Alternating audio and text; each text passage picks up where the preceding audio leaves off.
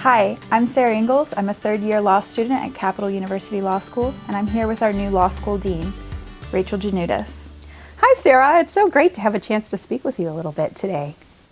You studied journalism at Northwestern at the prestigious Medill School. Could you share a little bit about that experience and how that has catapulted your career in law? Sure, absolutely. So I went to Northwestern because I wanted to study journalism, and Northwestern had a strong journalism program. And it was really a fabulous place to be at school. I had a great environment. One of the things I thought I liked the least about what I was seeing was, as I got to know some of the journalists who were working in the field, all of them had this story where they had basically moved from one small market to the next market, which was a little bigger, to the next market that was a little bigger, and every couple of years they were moving.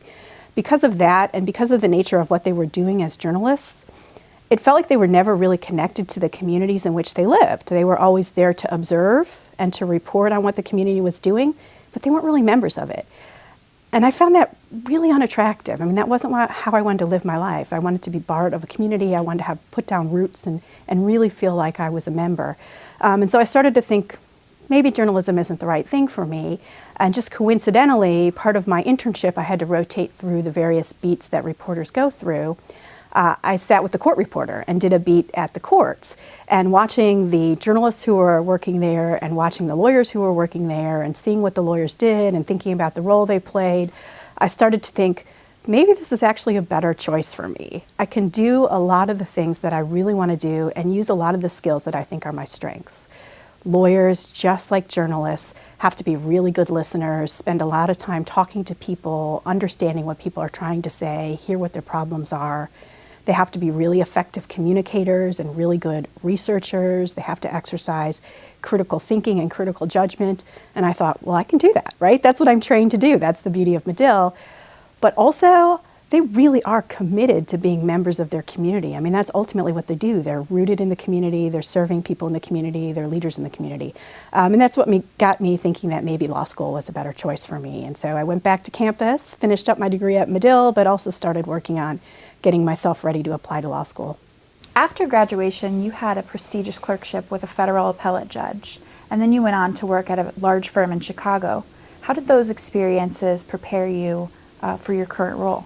So let me let you in on a dirty little secret. That's not exactly how it went down.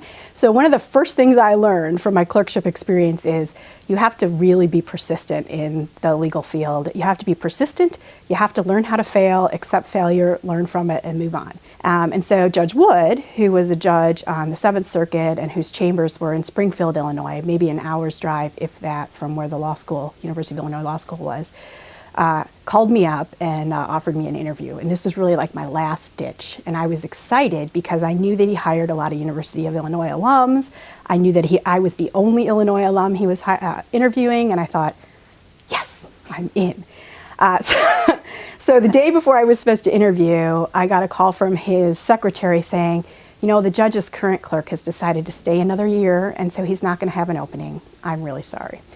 And I thought, oh, well, you know, this dream has died. Yeah. I'm going to go to Chicago and practice, and you know what? I'll be all right. There's lots of people who never clerk for a federal judge, and they're fine. And so about midway through my first year at Winston & Strawn as an associate in Chicago, the judge's secretary called me back up and said, I know this is a little odd, but the judge just feels terrible that he never had the opportunity to meet with you, that you never had the opportunity to pursue this clerkship.